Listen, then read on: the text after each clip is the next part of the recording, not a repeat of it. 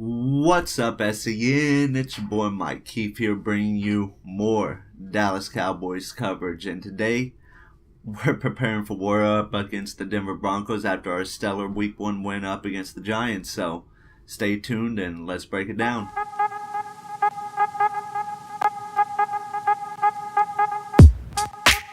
So, the ultimate, talking point of this preparing for war is going to be ultimately what happens whenever an immovable object meets an unstoppable force. But before then, I want to thank everybody. We're at 45 subscribers, which is pretty awesome. I mean, we're only 5 away from our first goal of 50. And just, if you like the coverage, please hit that subscribe button and maybe smash that like button. It gives us more reason to do this. So, as I was saying, what happens whenever the Cowboys offense meets the Denver Broncos defense? Because that's what this game's going to break down to. I mean, and whenever it comes down to it, I think the unstoppable force is going to break through that immovable object all day, because that immovable object has breaking points. And for this Denver Broncos defense, it's the run defense.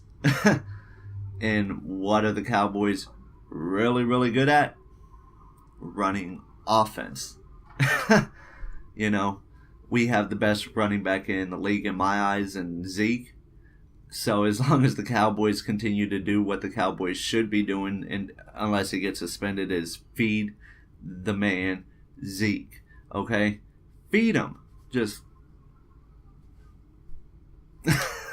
let him do that all day. It's going to break down this Denver defense, and then it opens up the opportunities for a pass to Dez Bryant maybe and Terrence Williams, because they're going to have their hands full all day against Talib Kweli and Chris Harris Jr. I mean, two of the better cornerbacks in the entire league on one team.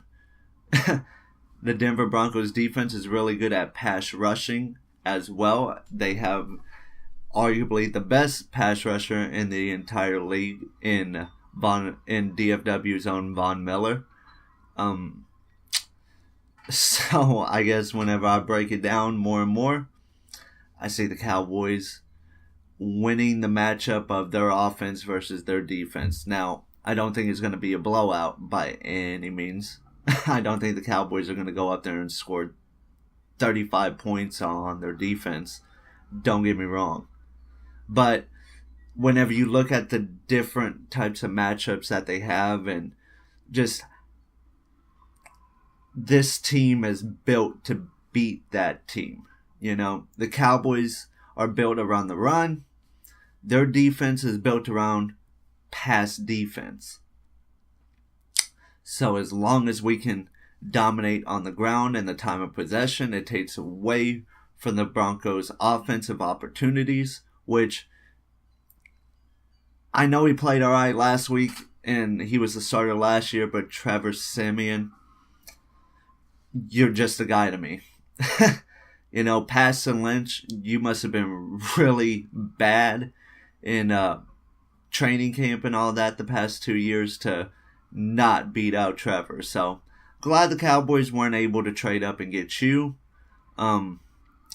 You always have to respect Demaryius Thomas and Emmanuel Sanders, though. Two of the better, or I guess one of the better, I'd say maybe top 15 wide receiver duos, not bottom 15. So it's something to look forward to. But their offensive line is not as...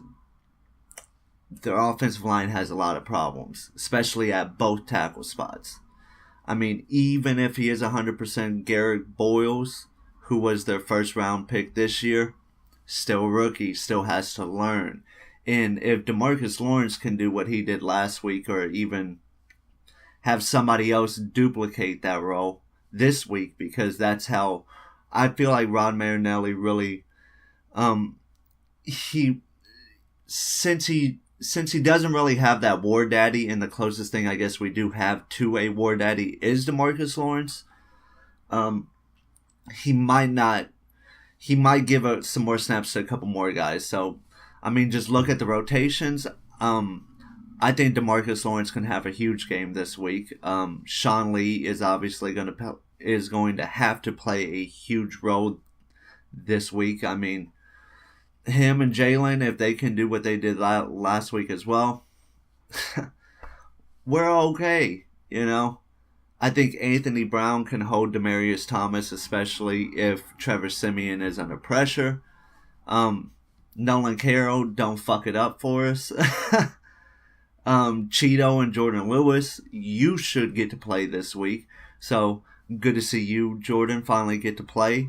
Cheeto, you're going to get a couple more snaps than you did last week. Be ready.